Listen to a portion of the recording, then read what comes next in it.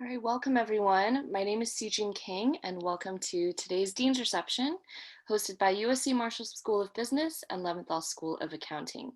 Today we have Geoff Garrett, the Dean of Marshall School of Business. We also have Dean William Holder, who is the Dean of the Leventhal School of Accounting. And we also have Ramandeep Randhawa, the Vice Dean of Undergraduate Programs. At any point during this webinar, you may submit your questions using the Q&A feature down below. And with that said, I will go ahead and pass this to Dean Garrett. Thanks, Sujin, and welcome everybody. Welcome to this very unusual weekend. For those of you who are not in Los Angeles, I can tell you that it's a lovely fall weekend, a little cooler than it's been. We're out of the heat wave, although I think the heat's coming back next week. So everything about this semester obviously is unique and unprecedented, and certainly this event is. But I'm really pleased to be here. I'm pleased to welcome you all, even virtually, to the school. And I'm really pleased to be sharing this Zoom stage with Bill Holder and Raman. So we're going to divide our remarks into three parts and try to get them all done by about the bottom of the hour so that we can hear from all of you.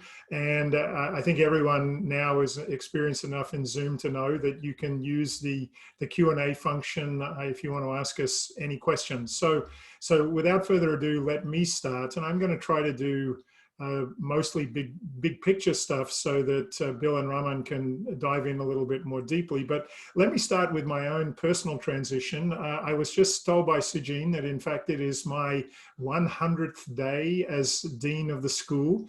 Under normal circumstances, I would have joked that the first 100 days is much less meaningful in a university environment than it is in the real world of business because university time moves more slowly. I can tell you that in the pandemic, that's not the case, and university time is at least as fast as real time. And so in a session I was in earlier today, somebody misspoke and said it was my first 100 years as Dean of the school. I can tell you on some occasions it feels like that.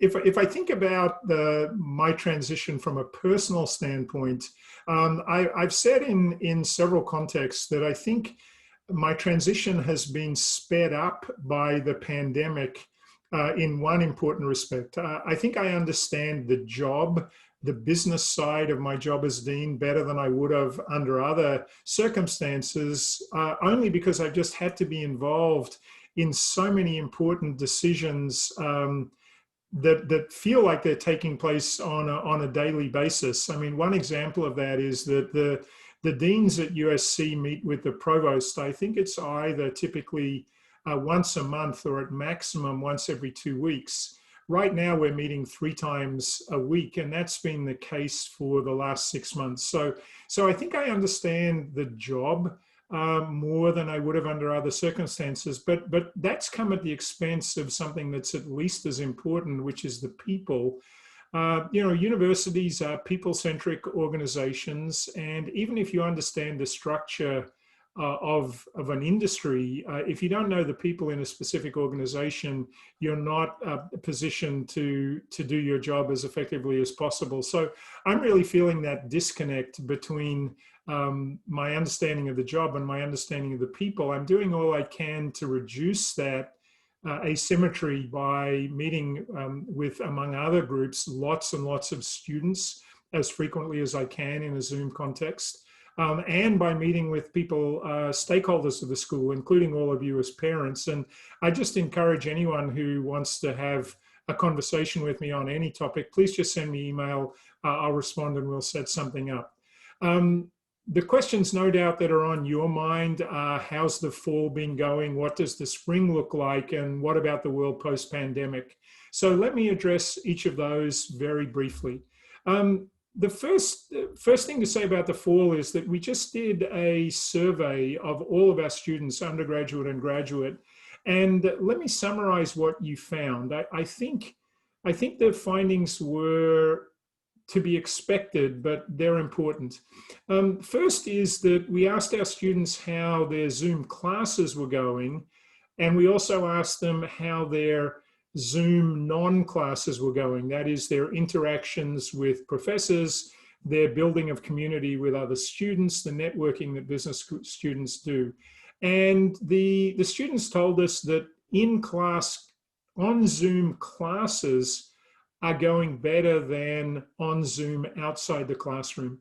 And I think we would have anticipated that. The second thing that's evident in our student survey is that our undergraduates are feeling more challenged by this environment than our graduate students. And I think that's understandable just in terms of experience. Our graduate students have more experience, they're more self-reliant, they're more able to be self-motivating, that maybe their personal circumstances are different from our undergraduates. So graduate students have been doing better on average than undergraduates. And I think, although we didn't break it out this way, I suspect the challenges have been greatest for our first year students. They just have the hardest transition. So we've got to be really mindful of that. And when I think about being mindful of the challenges facing our students, I'm really thinking about mental health and wellness. And USC, like all the leading universities in the US, has put an enormous amount of attention on mental health and wellness recently. But I think we need to work backwards from mental health, which is really a symptom, to the causes. And the causes are the stresses that our students are under. And I think those stresses, which are about competitiveness, social media pressures, all the stuff that you know about as parents, have just been exacerbated in this pandemic environment and our remote semester. So how should we respond to that? I think from the administration side, certainly I preach two words: flexibility and compassion. Everything that's going on is unprecedented. We can't anticipate all of it. So we've obviously got to be flexible in everything we do. But equally, we've got to be compassionate, because we've just got to understand that we can't anticipate the circumstances that everyone's confronting, but they're all real, and we've just got to figure out a way to respond as compassionately as we can. The other thing that I tell our students, because it's so important for me too, is that we've just got to be monitoring how we're all doing as individuals and understand that we've got to be able to switch off and recover.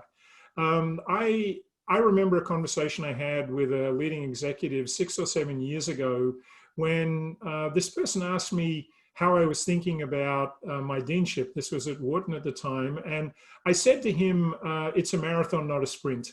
And he immediately corrected me and said, no, in the modern world, every day's a sprint, every week's a sprint. Life is a series of sprints. And the only way that you can continue to sprint successfully is if you recover. Now, I think we all recover in different ways, but it's just so important that we do that, beginning with sleep. And certainly I'm sure you all say that to your children, and we say it to them all the time. So that's the fall. In class has been doing better than out of the class, and we have to be really concerned about the wellness of our students. That's the fall. What might the spring look like? Well, the first thing to say is, like all of you, like all of our students, we want to be back on campus. But being realistic about the spring, I think it's likely to be a hybrid semester where the university wants to be really agile to create more meaningful online experiences for students who can't be on campus, and then to scale up on-campus activities if and as the public health conditions allow. And speaking of that, obviously the university has the health, safety and well-being of everyone, our faculty and staff, as well as our students, as its highest priority. And the university will make prudent decisions based on that. But the pandemic's also been a real lesson for me, certainly, in American federalism. We have the federal government, we have the governor in California, we have the city of LA, but the most important authority for the university right now is the County of Los Angeles. And the County of Los Angeles currently says, or has said for the whole semester, that USC can't be on campus except for essential workers. So our ability to execute a hybrid spring ultimately will be dependent on the decision of the Los Angeles County. where the county health department is monitoring obviously very closely what's happening on the ground with the virus. So, summary for the spring, we all want to be back on campus. It'll likely be a hybrid environment and one in which we want to be able to pivot as quickly as we can to dial up in person as it's allowed and to accommodate people who need to be online as best as we can. Let me now go to the future, the post-pandemic future of business education. My overall view on the crisis is that it's accelerating trends that were already there. And I think that's true generally for the crisis, but I think it's true for higher education as well. And obviously, the big theme in higher education has been some combination of affordability and access, where both of those things have been challenged. And I think USC has done a really great job on both sides. On the access side, for example, the fact that USC has many more first-generation college students than its peer institutions, the fact that we admit so many transfer students from community colleges is really something to be proud of with respect to access. With respect to affordability, USC has a really aggressive financial aid policy that President Carol Fold extended in the fall to all families with family incomes under $80,000. I commend her for that. If I think about where Marshall is placed, I think the future of business education is really good. And one of the reasons for that is that our value proposition to you and to our students is good. Business schools, more than the rest of the university, have always been concerned about career pathways for our students. And the career outcomes for Marshall students are really, really good. And that positions us well for the future. But I think we can't ever rest on our laurels where the value of our education is concerned. We just need continually to do better. And if I think about the opportunities to do better going forward, let me just mention three things that, again, I think are trends that were already there but are being accelerated and emphasized by the pandemic. The first one is tech-enabled education, or as one of my dean colleagues is calling it now, digitally infused education. In the past decade, USC's become a real leader in online degree programs, and certainly Marshall has been in the vanguard there too.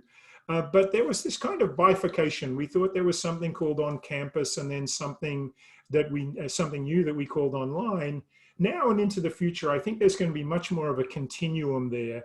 That is, that technology will be infused into everything that we do, and that it'll allow us, if we do online and digital things well, it'll allow us to double down on what's invaluable about an on-campus experience. So I don't see an either or where online and on campus is concerned. I see a both and.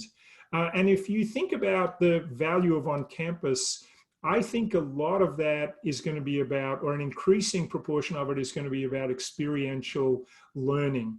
Learning by studying is really, really important. Degrees are foundational. The skills our students learn in the classroom are absolutely essential. But I know that our students really get excited, and by the way, so too will their future employers, if our students get the opportunity to learn by doing as well as learn by studying. And when I think about learning by doing, it's really about integrating and applying and working in teams, integrating what you learn in the classroom, applying what you learn in the classroom, and then working in teams on real problems in the real world in real time. And Marshall has been really good at that on many dimensions. I think entrepreneurship is an obvious example, but I think we can extend it into the future. For example, one of the things that the world of big data provides us as an opportunity is that companies can say to our students, here's a big data set, we've got a business problem, have at it and come up with a solution for us. You wouldn't normally think about data analysis as being experiential, but I think it already is, and it can increasingly be in the future. So my second trend for business education is it's going to be more experiential. The last thing that I want to say as an ongoing trend, an accelerating trend, is lifelong learning. Degrees are foundational. They're going to continue to be that way, but our students are going to have long careers, and the jobs they perform and the skills they need are just going to change dramatically.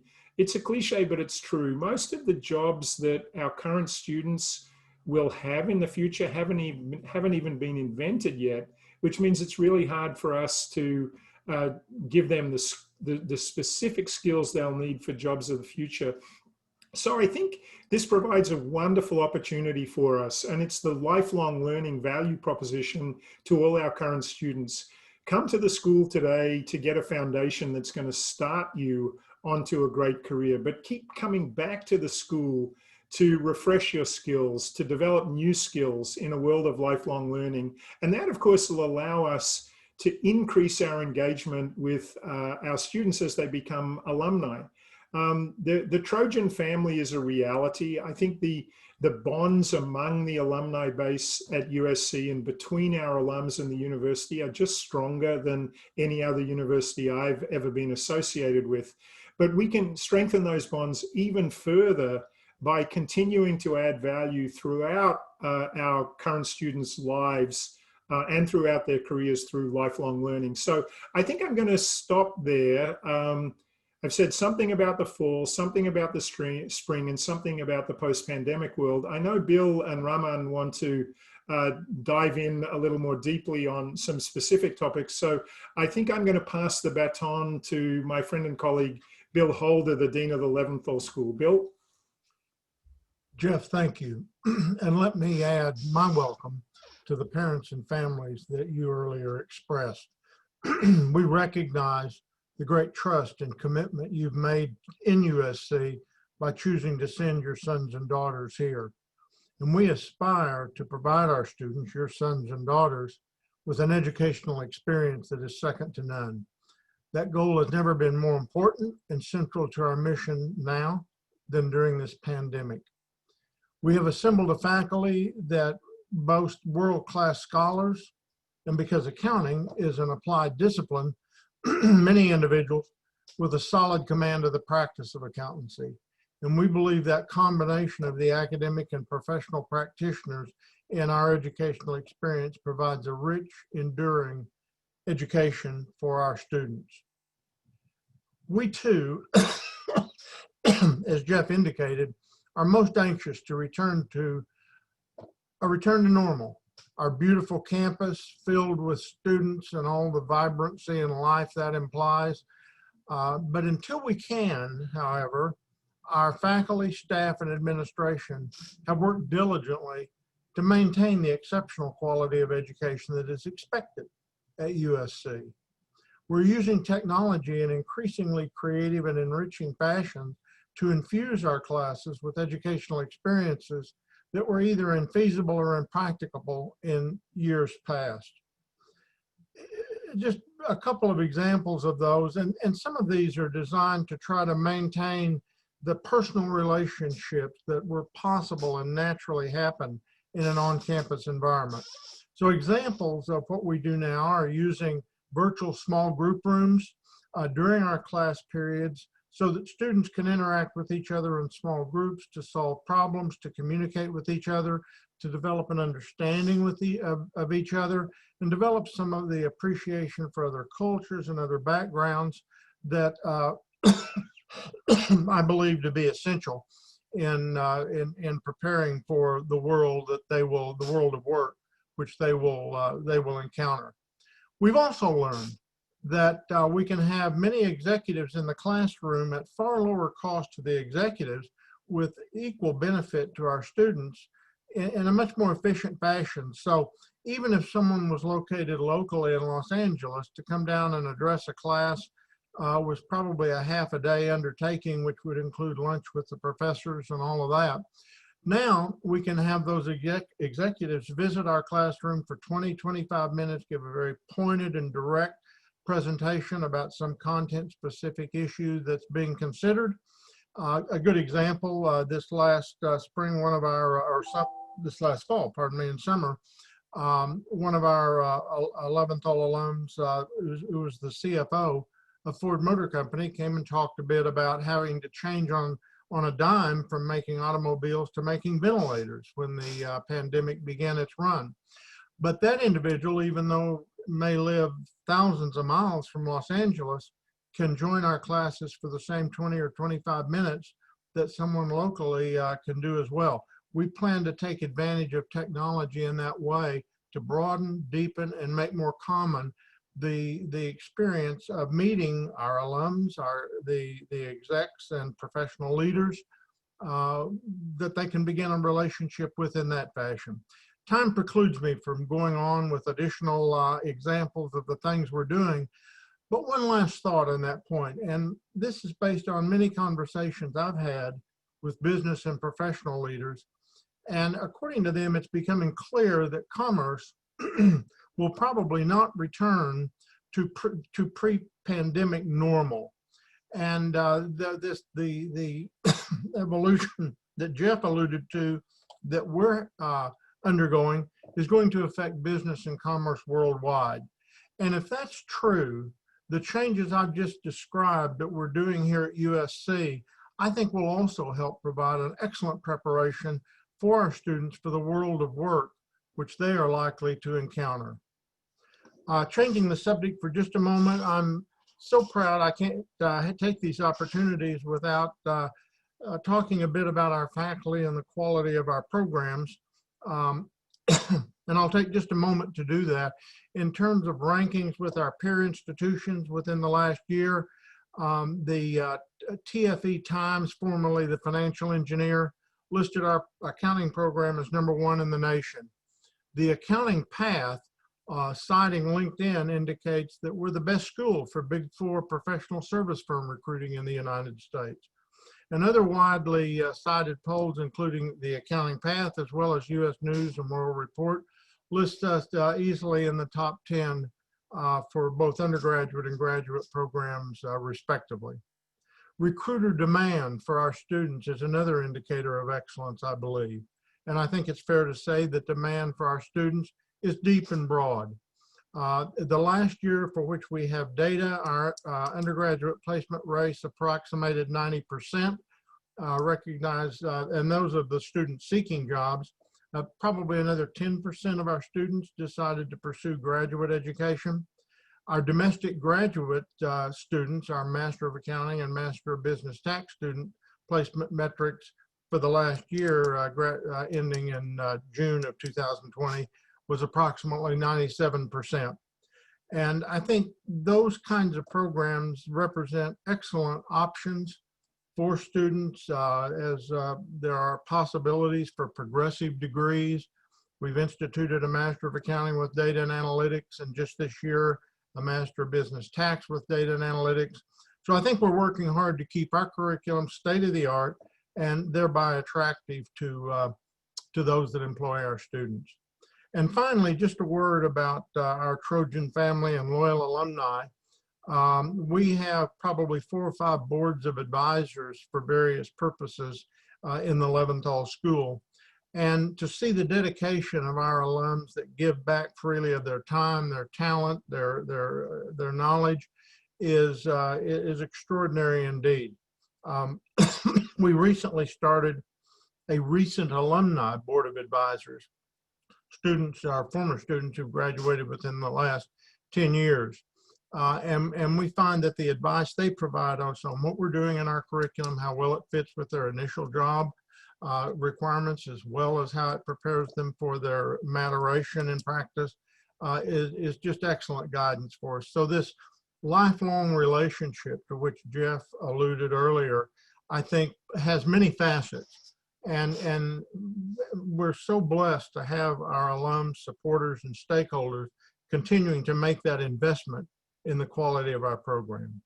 So to the parents, we appreciate the trust that you've placed in us as educators and administrators, and that we know that, please know that we value this and that we'll care for your children. Our doors are always open to meet with any student on any topic at any time. And in this particularly stressful time, I hope that resonates and you encourage your children to seek our advice and counsel, those of our advisors, those of our wellness people, anytime they're feeling some degree of stress, or that their educational experience is not what they would prefer it to be. With that, I'll thank you and pass the baton to Ramon. Thanks, Bill. Welcome to all the parents. I'm glad I have the opportunity to talk to you, but I really wish we could do this in person so I could get to meet you and speak to you. It's so great to have your kids here learning at USC.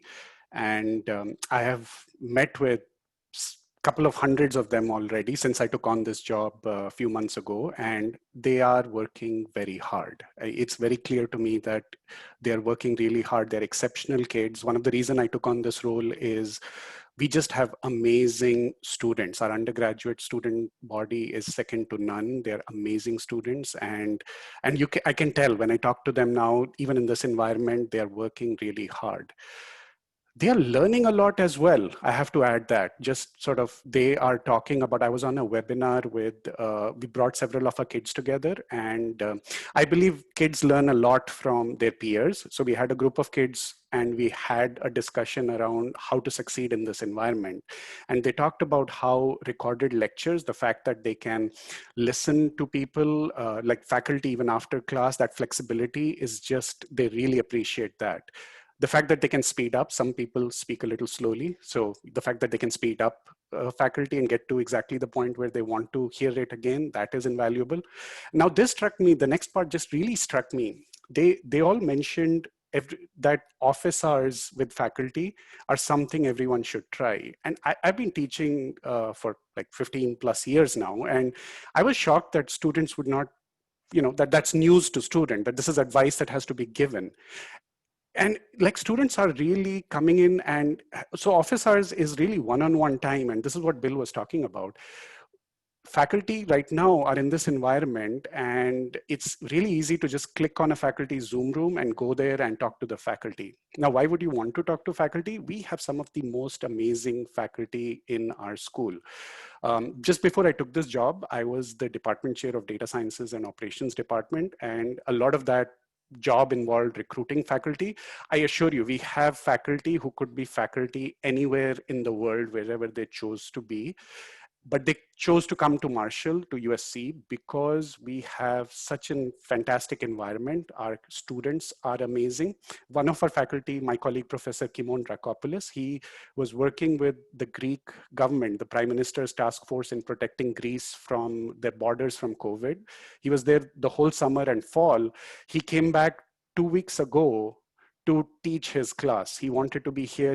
He's teaching undergrads. He's teaching some of your kids right now. He's teaching the core operations class. And I believe Geoff is going to do a webinar with him sometime in next month. So you can actually listen to him and how they protected the country from COVID.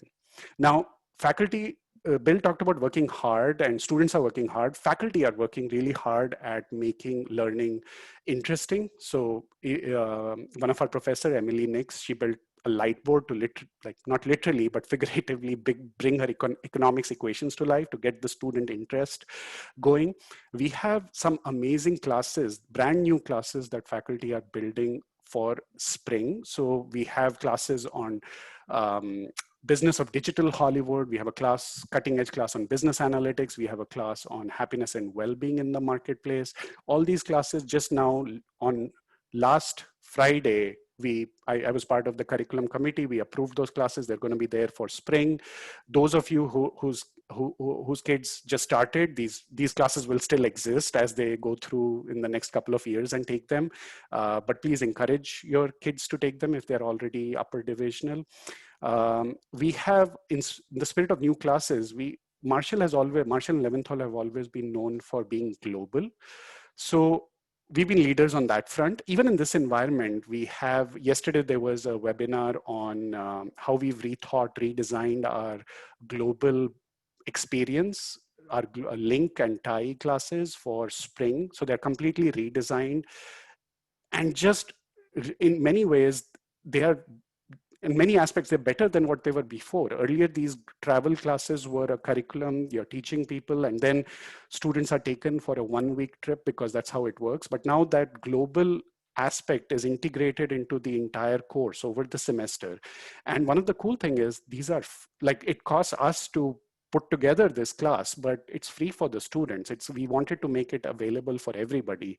So the first year students, this is in spring. I would request you to let your kids know that these classes are great classes. They should take them. So you're going to hear a few more of these, like I need your help. So one of the things, we're doing so much here that sometimes we worry that your kids are not getting that message from us. There's overload of information. So anything here that suits, like, please tell your kids that these things exist so that they can actually do them. Careers, I want to just quickly, careers are so important to us and for the students.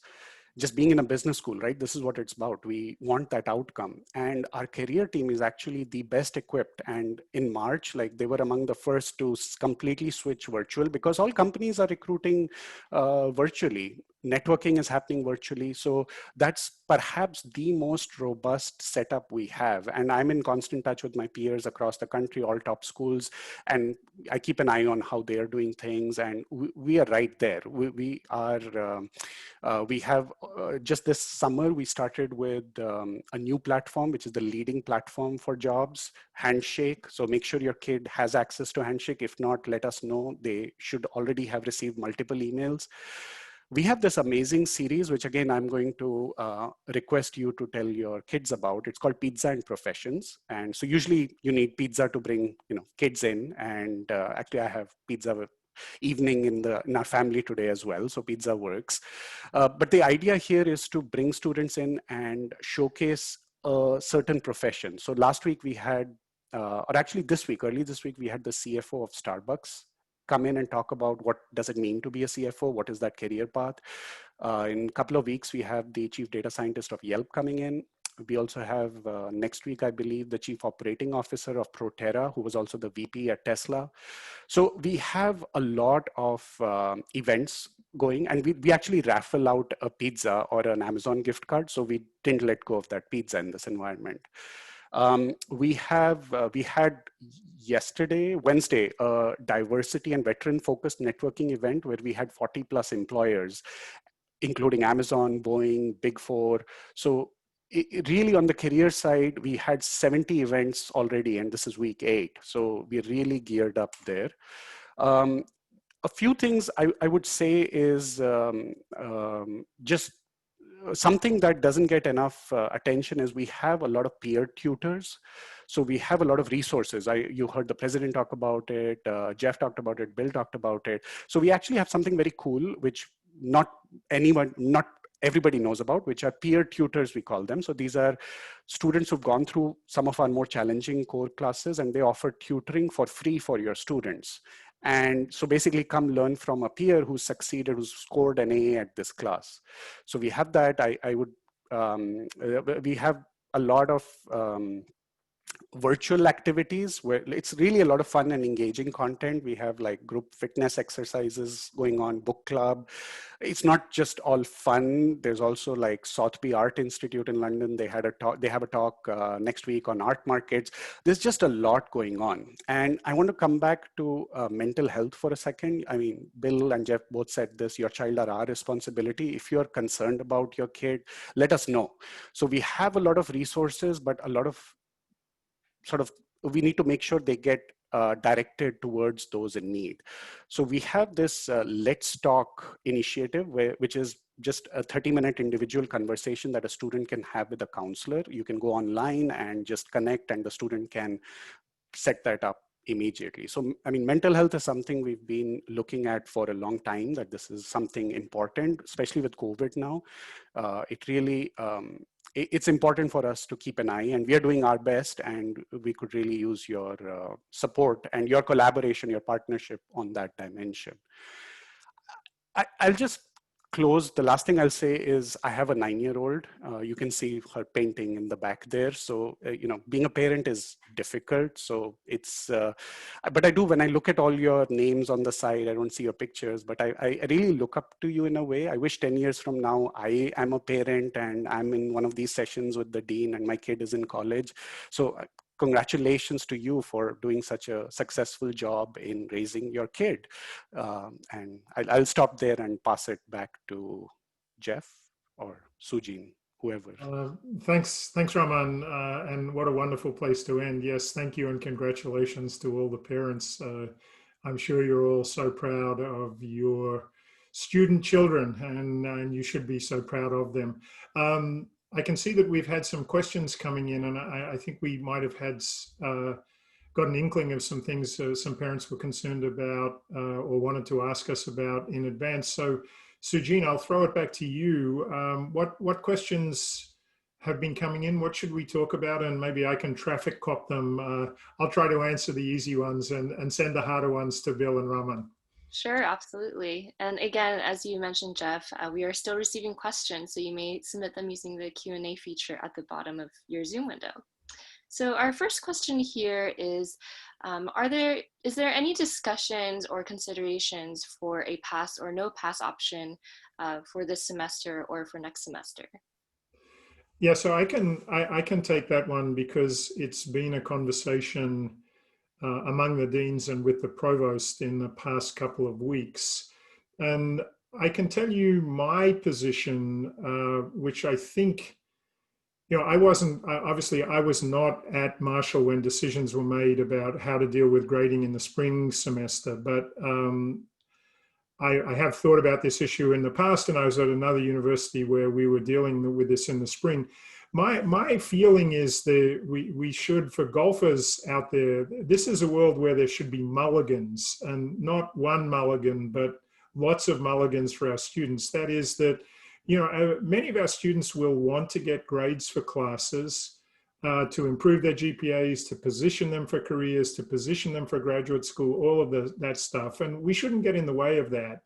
But for students who want to take a class, pass no credit, we should give them that opportunity too. And we should extend the opportunity, I think, throughout the semester, all the way to when they receive grades. That's not official university policy yet, but I think that was I made that case in a dean's meeting recently that Bill participated in.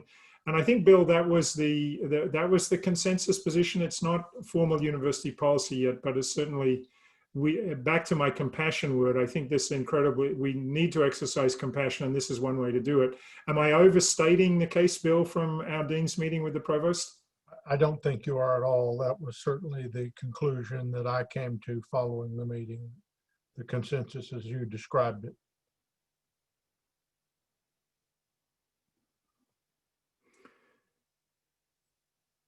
Pardon me. Our next question here is there any plan for USC to lobby local government to allow a hybrid option as soon as possible? That's also been a conversation among the deans and with the provost recently. Just to state maybe a fact that not everyone knows, my understanding is that USC is the largest private sector employer in Los Angeles. And you'd think that would give you some political clout. I also think we need to remember that there are a lot of public universities, but very few private universities in California. And I'm sure, as some of the parents already know, the California state system has already decided to be fully remote for the whole academic year. That is for the spring semester as well. As I stated, and as I think we all agree, everyone wants to be back on campus as soon as is practical, and that means as soon as the public health conditions will allow, and that means as soon as the County of Los Angeles will allow us to do it. So I think the university does need to and will likely exercise its political heft. But of course, the overall point that the university wants to make is that we are in a position safely and with all health considerations taken into account to execute a lot of our educational mission.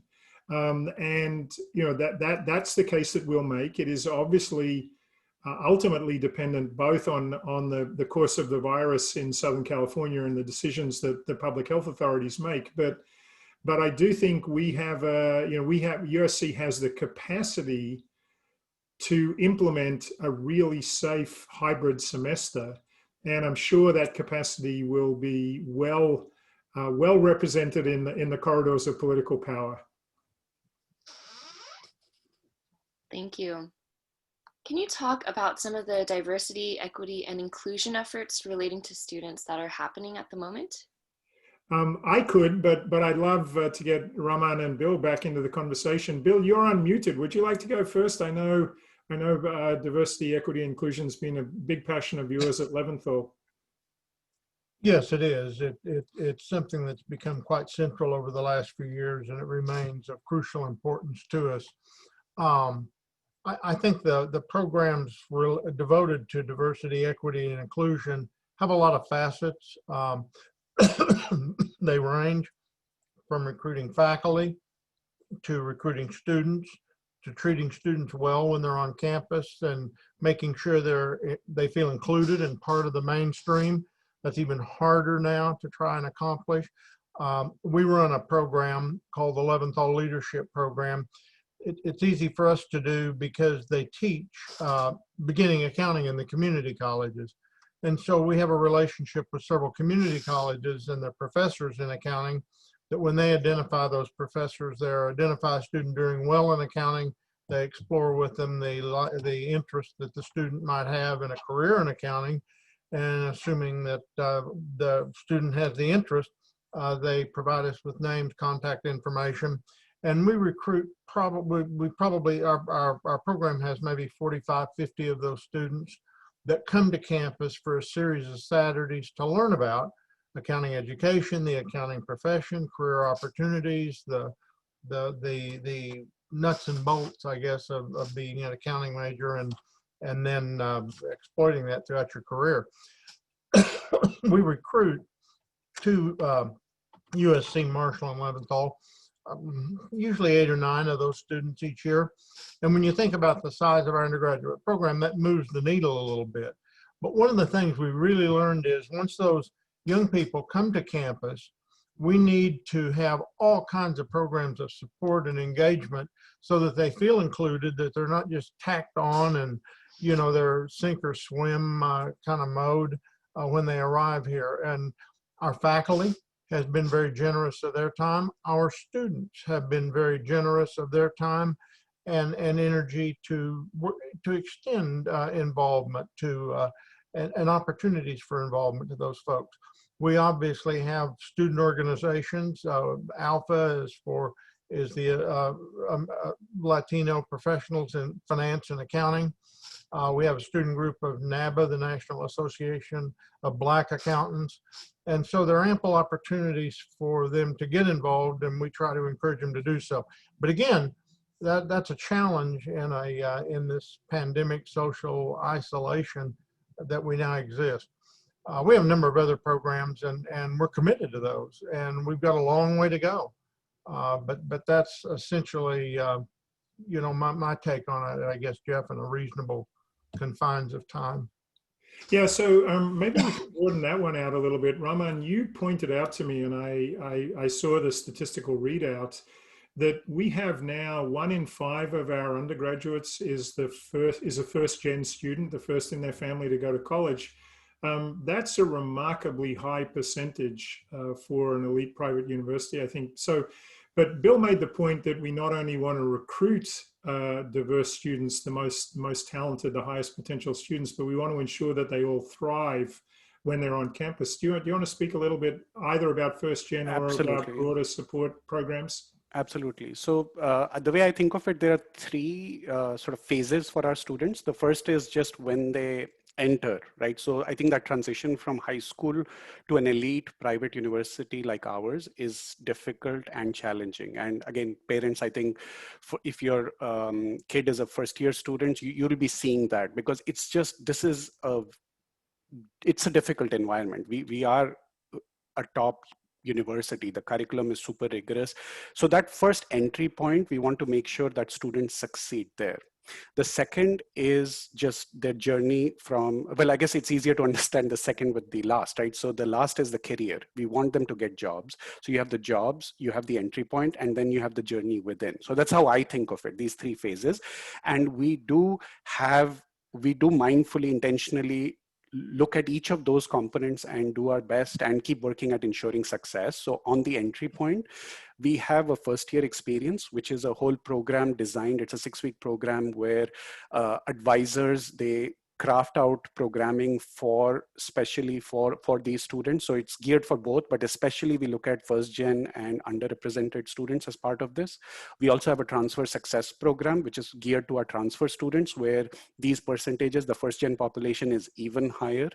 So we do that at the entry point. And this is also where the career staff, career support also, that's part of the programming. We want to make sure these students are aware of the importance of career and all the steps they can do, like all the services that are there for them. So I think part of the challenge for us is some students are a lot more aware of the resources and others are not. And I think first gen students and also underrepresented minority students, they do not, many of them are not just as aware.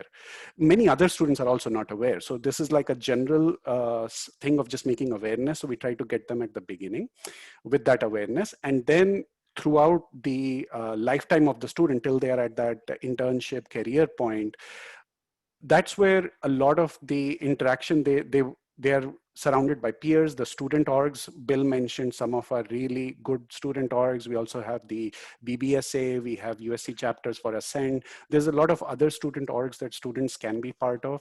USC, the whole university, even beyond Marshall, is also a great source of resources with regards to student orgs. We have a lot of our students participate in student orgs at university. University has a first gen plus, there's an initiative, there's an LGBT resource center. There's just a lot of resources out there to help students navigate that interim. And then on the end, like with career, we have a lot of focused programming for students from all, so helping with mentors. We have a career advantage program where students, 3 or 4 students are tied to an individual professional mentor. We also have peer career advisors. These are again students who are advising their fellow students. These are students who already have jobs, they're advising them. The clubs are another source of, we have very professional clubs which are targeted at jobs. I'm just sort of, since I'm talking of jobs, I see some questions on jobs. I would just say, like, there are some, clearly we're in an environment where with COVID, a lot of sort of uncertainty in the marketplace. There were some offers that were pulled. There were some companies that did not choose to recruit. But we are hearing that those companies, they were on a back burner, they're coming back, and we're actually expecting a robust program, like recruiting in spring. Spring is usually, I was just on the phone with our director for career services an hour ago, and she told me usually spring is very light because recruiting happens in fall, but we are expecting and we are clamping down for a very, very busy spring semester for recruiting. And that's good because that means we will be out there getting those internships and jobs. I highly encourage, if your kid wants to just reach out to the career services, if they're waiting, if maybe they missed an email or something, or otherwise as well, there are individual advising sessions that our career advisors are doing. So again, there's a lot of, obviously we cannot guarantee a job to everybody. We have to, but we will definitely make sure your kid has the best opportunity to get that job. That we can guarantee. Thank you so much. One question we have here is, when the university talks about hybrid, can you clarify what that means exactly? And would some students be online and others on campus, or would there be some kind of rotation? Yeah, let me try to address that, Sujin. It's a very good question. I mean, I think the questioner is right that the whole point of hybrid is that there's a lot of variability and flexibility in what that might actually mean. I can tell you in the Marshall context, we've been thinking about classes where students would only be in the classroom a portion of the total class sessions, and the others they would Zoom into. And you know, I think in our ideal world, that would be 50% of the time. That is, every other class session you'd be in person, and the alternate one you would Zoom. Now, there would be a lot of students who might be unwilling to be in class for public health reasons, or unable to be in class, maybe because they're international students. And of course, we're committed to providing the best remote education for them that we possibly can. If somebody's wondering why would we only get to about 50%, it's because of the 6 feet social distancing constraint.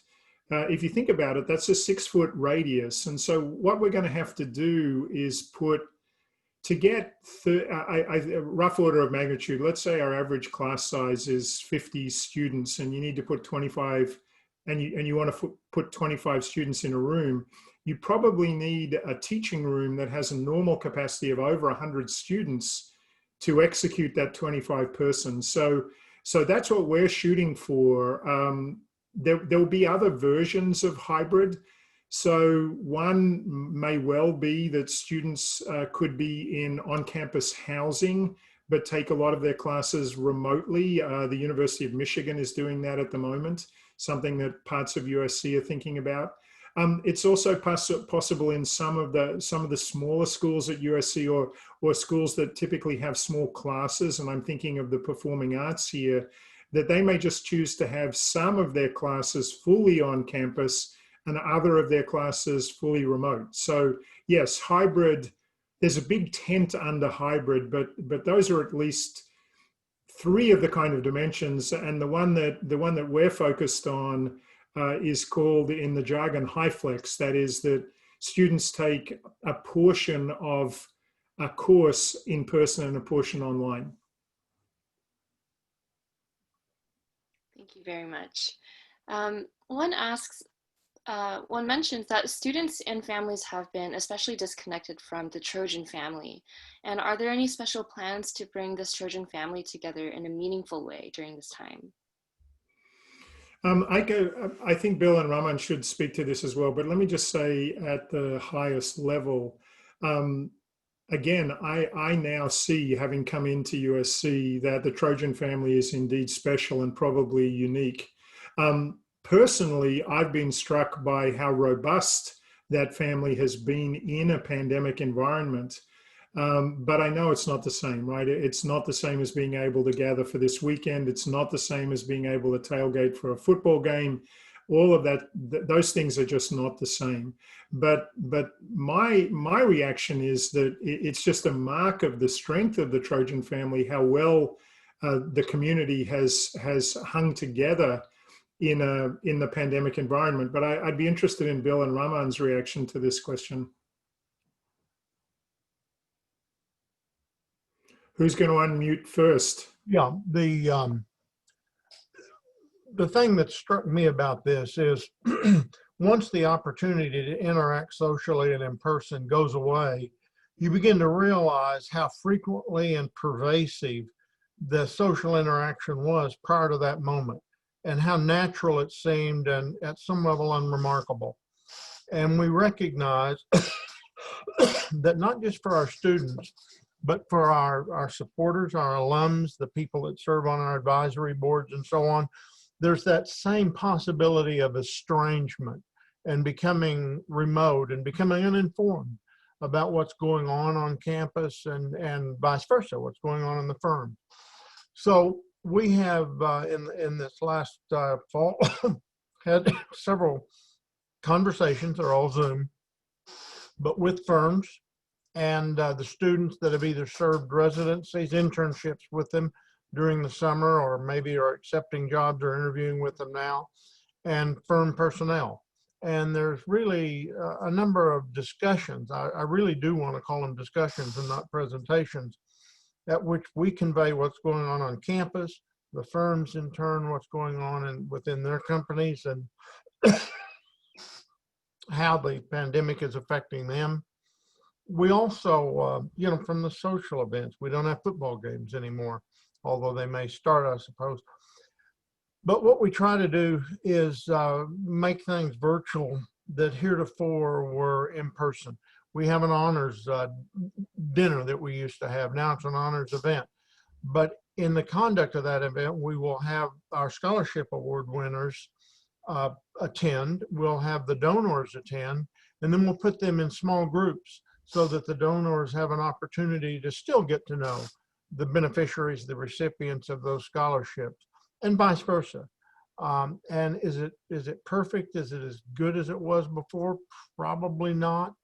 But we continue, I think, to refine and hone, and we're certainly open to learning best practices and adopting things others have developed. But I think that communication writ broadly among all of our stakeholders and allowing our students to get to know our alums, our members of our boards, practitioners.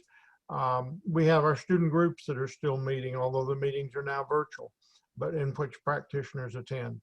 And new students join those that out of interest that they may have in the subject matter. Those are the things that occur to me that I think are responsive to the question. Yeah, and Bill, let me just commend you and Leventhal for the incredible relationships that you have, organic relationships, deep relationships that you have with the big four accounting firms.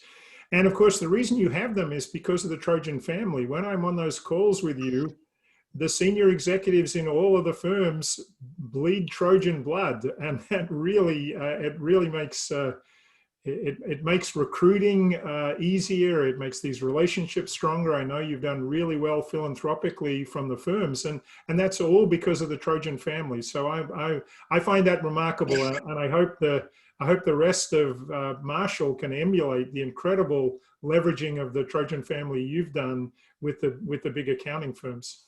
That's very kind. We can take instruction and how to make things better here in a tremendously changed environment, but thank you.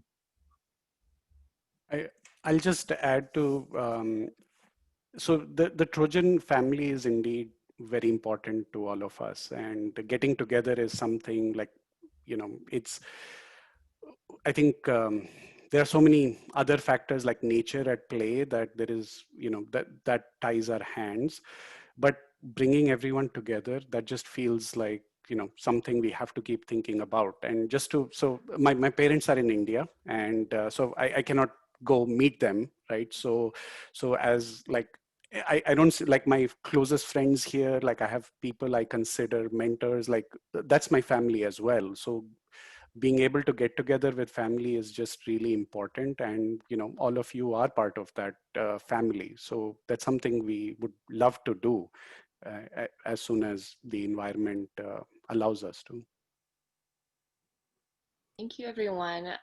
That is our time in terms of our Q&A, and I'd like to pass the mic back to Dean Garrett. Do you have any closing words for us before we end our meeting or end our webinar today? Well, I think in general, I like to use 3 words in environments like this. So the first one is welcome. So I'm welcoming you to this remote Trojan Family weekend, but welcome. The second word is congratulations. Congratulations to you as parents for all the support and opportunity you've provided your children. Getting to USC is not easy. And I know all of your students, even if they can't say it to you on a daily basis, I know they all appreciate all the support that you've provided in making this possible for them. So congratulations to them, but congratulations to you. And then the last word, the most important word always is thank you. Thank you for all you do for your children. Thanks for the support you provide us. Thank you for entrusting your children to us at this incredibly important time in their lives and such a difficult time in everyone's lives. So the last word should always be thank you.